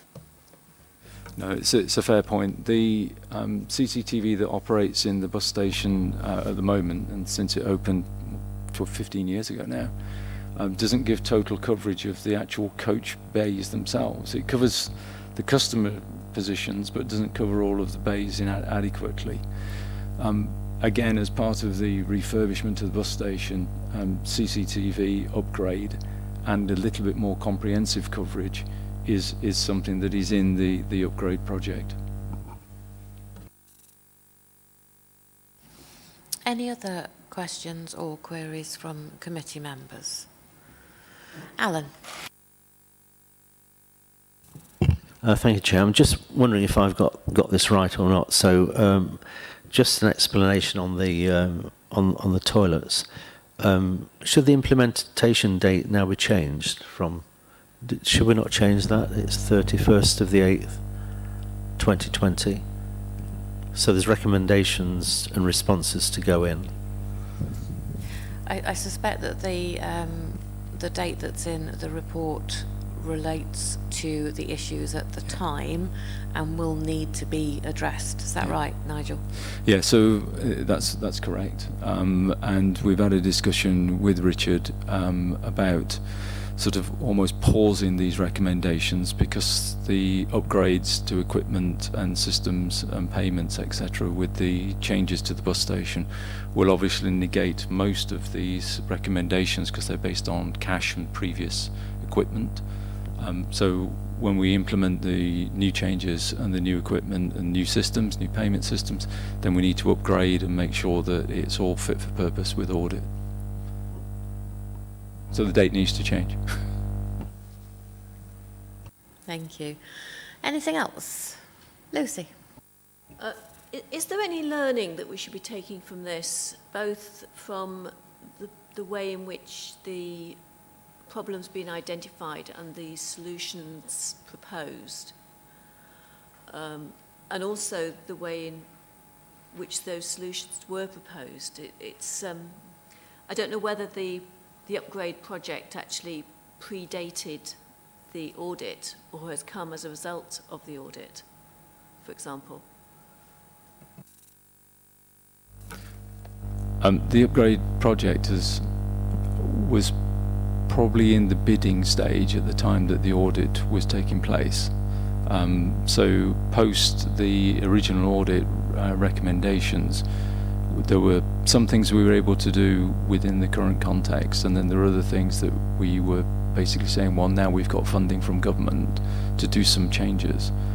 The unfortunate bit is we've not been able to action those changes. Now, that's partly because the original funding was under one stream of funding that came from Treasury for transport projects that were Treasury backed. It was a National Productivity Fund, and then it's become linked up through the Transforming Cities bid. We were able to use it as match funding in 2016-2017 when we put that bid in. So there's been a bit of delay in the way that the funding's lined up, but the real story, I suppose, with this is that actions that we would have taken in 2020 we've not been able to take, partly because of disruption to supply chain, but partly because of the nature of COVID and the way that we've had to maintain a secure facility and work with the bus operators. Just means that it's not been a place where we've been able to carry out much of the actual work. And I think as well what we've also been doing through the COVID period is looking at changes that customers are making, which is changing some of our original perceptions, particularly in the use of cash and prepayment systems. Thank you. Satisfied as much as you can be? I think you put it quite well. Thank you. Anything else? No? Then we shall note and review the recommendations and thank Sam and Nigel and David for attending. Item 11 is the draft counter-fraud, bribery and corruption policy and framework document, and it will be over to Richard again. Thank you, Chair. Yes, I've put myself forward as the representative for the working group on this one. Also, because I like talking about counter-fraud as well. So, as you see from the Appendix One, we've had in those days it was called an anti-fraud and corruption policy since 1996. A lot of the things we've done around counter-fraud, or anti-fraud it was called in those days, resulted from the work of the Audit Commission at that particular point in time, particularly around they had a wonderful document called the Fraud Audit Manual, which you'd find on any head of audit shelf, as it sat there lovely, which was a really good checklist for all areas of a local authority around, the risks of fraud, effectively. And of course, at the same time, then they were also introducing the National Fraud Initiative. So there was a real impetus for counter-fraud work back in the mid-90s. And the one good thing was put forward as good practice for local authorities was to have an anti-fraud and corruption policy. As time went on, new bits of legislation came in, and there was money, legislation around money laundering and countering anti-money laundering and the need for anti-money laundering policies, and then the anti-bribery regulations came out. And each time the City Council, rather than look at the policy they'd got on fraud, just had a new policy. So we had added in an anti-fraud, anti-bribery policy and an anti-money laundering policy. So we had a number of documents, and each of those was supported then by a officer guidance. The original anti-fraud policy had a fraud response plan, but that sort of got overtaken and a guidance document came out on that. What we've done is this time we've said, let's not have all these policies, let's amalgamate them all into one. They're all types of fraud, financial irregularities, they can all be governed under one policy. And then shelve the officer document guidance documents and go back to having a fraud response plan. So how we will deal with how we will counter fraud, how we will deal with corruption and bribery, how we will deal with any issues of money laundering, and have it all in one document rather than several documents splashed around on iDerby for people to try and find. We looked at everything and thought, yeah, nice simple policy statement, and then just really detailed the framework in there. Now, the key issue, as I raised earlier, is around tying everything in with financial procedure rules, because financial procedure rules do detail what Section 151 officers' responsibilities are for fraud, and which has mostly come down to the head of internal audit. Picks up those as a delegated function, and then what the responsibilities are for the various other chief officers. So what we'll look at is the fraud response plan. We'll pull all that together, but we need to make sure that these financial procedure rules actually reflect what's actually happening within the City Council. And one thing they don't pick up on at the moment is the existence of Tracy Thomas and her team, which is a major oversight at the moment. We need that bringing there. We've built that into the policy and framework document. So what you have in front of you is what we would like to take forward as a key governance document going forward, and make sure that that ties in then with the financial procedure rules, but also have a fraud response plan that's available on the intranet for people to see, so they know exactly how they need to respond to fraud if they find any.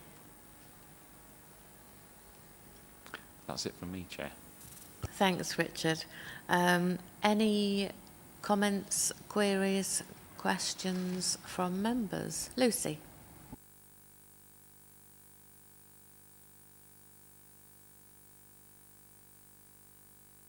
It does have a different style to it, and I don't mind the different style, but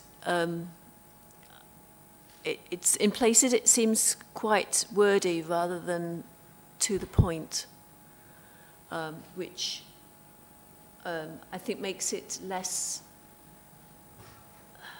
easy to do for some. But it depends on who the audience is for the document.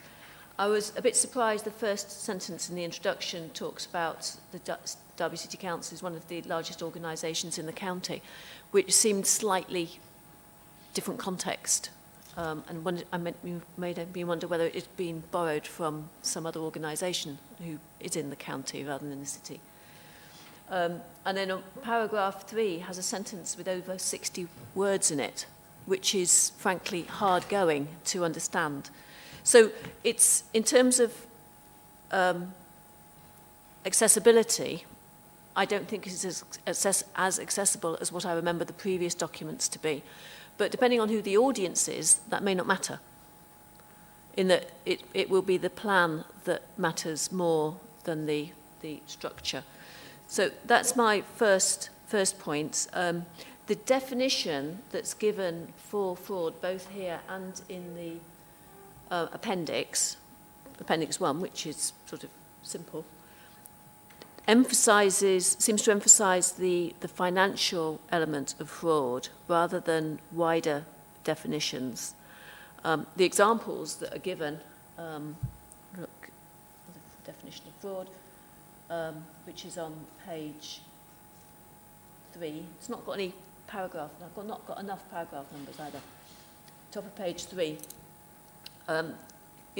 In terms of the examples, that are given there in the Fraud Act, they're not all financial, which reminds you that actually the fraud definition that's just been given isn't only financial, although when I first read it, it seemed to be financial that it was emphasising. But we know that we've had problems with, and nationally there are problems with blue badge holders fraudulently getting blue badges, which isn't a direct financial issue, except, you know, it's a convenience issue which they are gaining. So I think that could have been brought out a bit more clearly in it. And in Appendix One, that seems to have been emphasised as well, in that, again, it's talking about fraud and financial irregularity, emphasising that, you know, fraud, financial irregularity are probably the same things, rather than talking about that wider definition. It talks about economic crime as the link to this, which is not always, it can be non-economic crime. And in this advice, I found it quite difficult to know whether, you know, you do not interfere with any of the potential evidence and make sure it is kept in a safe place. Well, those might be contradictory statements. You know, I might not be able to, somebody else's desk, maybe don't interfere with it, but keep it safe. So I'm not enamoured by it yet. I feel that personally, I think there is more clarity that we could get from this document that isn't currently there. Thanks, Lucy. Philip, you wanted to come in, didn't you? Just to make a document a little bit more user-friendly, moving on from what Lucy was saying, the document, towards the end, the Appendix 1, talks about what should I do if there's a fraud and irregularity, and it tells you what you should do. But what it doesn't do is give you a link to a person or a contact. So I wonder if there should be some sort of live contacts in there of email addresses, letterboxes, whatever, to actually say, well, if you suspect it, don't just do what it says here, but and here's a link that you can use. So to make it a more of a live, user-friendly document, if that was incorporated within it, that would not just set out the policy, but actually say, if somebody read it, this is what you should do about it, and this is the person you should ring, or this is the contact you should go to, or this is the letterbox you should contact, if it's not an individual, if it's a letterbox. That's just to make it more of a live document. Thank you. Thanks, Philip. I mean, that's a really good point, I think, that, you know, if we're wanting people to reach out to us, giving them all the key information there, even if it links to a page on the intranet or whatever that is then updated so that the document isn't ever out of date. My comment on it is that it's something that Lucy's already flagged in, that it's not so easy to, it's got page numbers, but the sections maybe need separating a little bit more. I really like, given something that we've said earlier, the amount of authors to it, so that it has got the oversight of lots of different people, and lots of people are fed into this so that it's not just one person. Does anybody else have any comments before I hand back to Richard and or Simon? Harvey? Thanks, Chair. I think that one of the problems with the trying to write this is it's trying to write it as a one-size-fits-all and trying to bring everything in to one document, and that's part of the problem, in my opinion. I think it's very well written, but you have to bear in mind, from my point of view, what it is.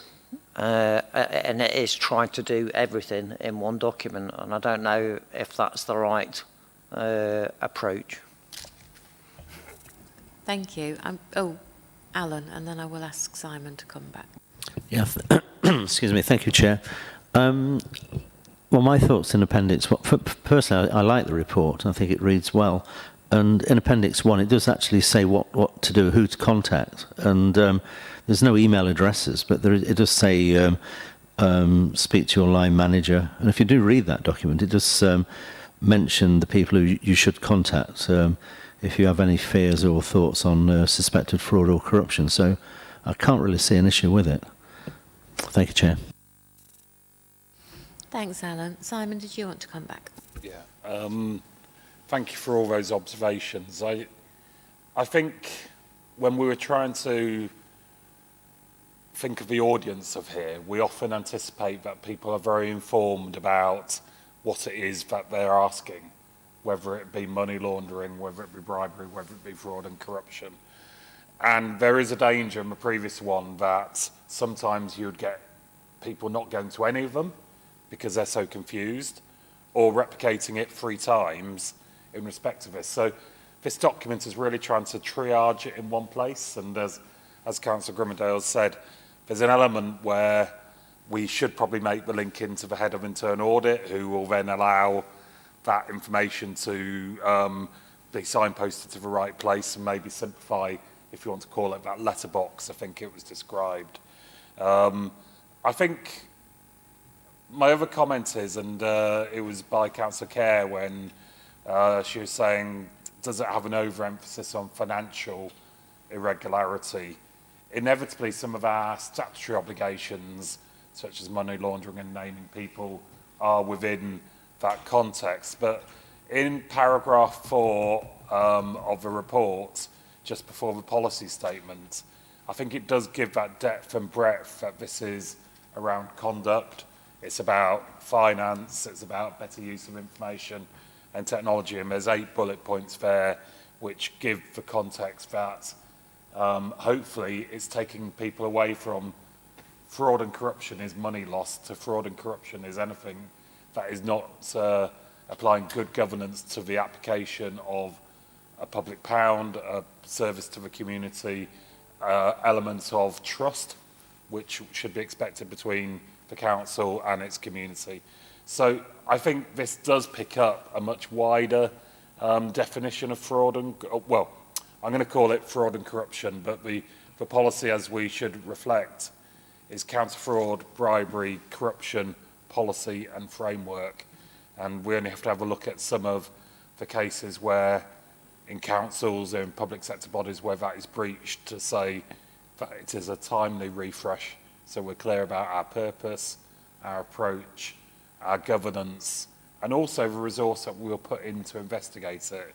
Because there's one thing knowing it, and there's another thing actually investigating it, and there's another thing about mitigating against the future risk. And obviously, you've heard earlier, internal audit and the assurance team are very in that space where recognition of fraud, management override, everything else is a key thing that we'll test yearly or on other aspects more frequently. So I think it's a good report brought together. Again, good example of multidisciplinary input. Thank you, Chair. Thanks, Simon. Lucy? Can I say that I read this report first, and you're absolutely right that the introduction in the report, that paragraph, the points under paragraph 4, set the scene really well. And having read that and had that scene set, I didn't feel that that was fully reflected in the policy document. And that I think that it was probably the position of the two together that flagged it up to me.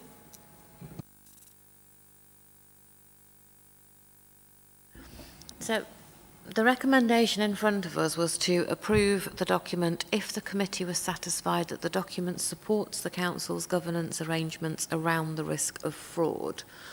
I think generally people agree with that. There are some sort of differences of opinions of how things could be laid out or written a little bit better, but it does sound like the committee is generally satisfied with that. So are we happy with the recommendations of the report? Yes? Chair, I would send it back for a further review by officers, but I accept that other members of the committee may not feel the same. Thanks, Councillor Kerr. Everybody in favour of the recommendations? I'm sure it will come back to us at some point, Councillor Kerr. Thank you all. The next item then is the draft local code of corporate governance, which is something that I've chewed Richard's ear about so many times. He's written something new. So Richard, thank you. Thank you, Chair. Yes, I thought I'd better get round to doing it. I didn't want my ear chewed again at this meeting. So, yes, I mean, again, I brought this to you as a draft local code of governance. Basically, as a council, we're responsible for ensuring that our business is conducted in accordance with the law and with proper standards. We also must ensure that the public money is being safeguarded, hence why we just had the previous item, and also properly accounted for. As a council, Derby needs to effectively manage its risks and put in place proper arrangements for the governance of its affairs. And this draft local code of corporate governance is how we record that governance framework. It's based on the 7 principles put forward by Sit for Solace in their good governance document back in 2016. The framework hasn't changed since then. So when we looked at the local code, we decided that we'd perhaps just change the format of the code. Before, it was very much paragraph text based, so we tried to introduce more tabular approach to it, and also then expand it more around what evidence is there, would we need to support how we conform with those principles. That then leads into when Simon presents the annual governance statement to you each year, that he's then demonstrating, you know, this is the evidence and how the evidence is working to support all of that. So basically what we've done is just go through, as myself and Sarah have done this, and put together all the evidence in there and present it to you as this is another key governance document that is there for umpteen people to read when they need to. Thanks, Richard. So, yeah, this came out of the annual governance statement training that I attended, which said that we should have an up-to-date local code of corporate governance, and ours was dated 2017, which didn't seem up-to-date at all. So our recommendation is to endorse and approve this as a final document. Does anybody have any comments, or is everybody happy that it's been updated? Councillor Kerr. So I can have comments on this as well. I just wanted to start by a statement which I fully agree with on page 4, which refers to sound and inclusive decision making. And if we were to look at that, it's a bullet point about halfway down the page, I'm not sure that we are achieving that. I think there have been quite a lot of criticisms by particularly our exec scrutiny about the respect that Cabinet has given to some decisions taken by full council, which sounds as though it isn't actually inclusive, and therefore, you know, it may be something that we need to be aware of and so examine ourselves over. The other point I have is just a practical one, in that the circle logo on page 5, I couldn't read all of it because it's distorted. And then going into the tables, they're so soulless. But I have an overarching concern, which is within this, the public don't seem to be anywhere. And I think that we are, as a council, trying to change quite a lot in the light of COVID to be more inclusive and more involving of the public, and seeing that the public sector doesn't need to deliver everything, but it needs to be an enabler and a coordinator of services more than a doer and applying to other people. So what we've got here at the moment feels like a sort of straitjacket of rules. And I think that as we go through this sort of more inclusive and smarter working evolution, I think we will need to come back to this and actually review it in the light of how we want to be working in the future, rather than how we have worked in the past. And I think that needs to be part of the exercise that probably senior management team need to take away and look at, because it's all these different references of things that we ought to be doing are pretty deep and all-encompassing. And I think it needs a look at, not by us, but by others who can look at it in that bigger way. But given that we've got this at the moment, one thing that I felt that we ought to look at is principle B2, when I can find it, which talks about engaging comprehensively with institutional stakeholders. Now, this isn't the public, this is the institutional stakeholders. And what I don't think we've got included here is how we report back from partnerships. So we're engaging with, we're developing the arrangements, we're ensuring that they're based on trust and so on. But there doesn't seem to be a bullet point there on how we report back. And I felt there ought to be a bullet point on reporting back. So that was my view of that, Chair. Thanks, Lucy. I can't really help on making it less soulless, I think. I think I completely agree with the circle image. Needs to be a higher res on the document. I think what it does say at the beginning is that sort of was that our overall aim was to have sound and inclusive decision making, and that will remain our aim, whether it's listened to or not. It has already said that it would be reviewed on at least an annual basis. So before I go back to Richard, I mean, my suggestion on that would be that we endorse this as a final document for where we are now, and that at the start of the next financial year that we look at amending it with maybe with the suggestions that you've just made, Lucy. Does that sound sensible, Richard? It does, Chair. Yeah, one of the things that Sarah and I were talking about is, needs a regular review.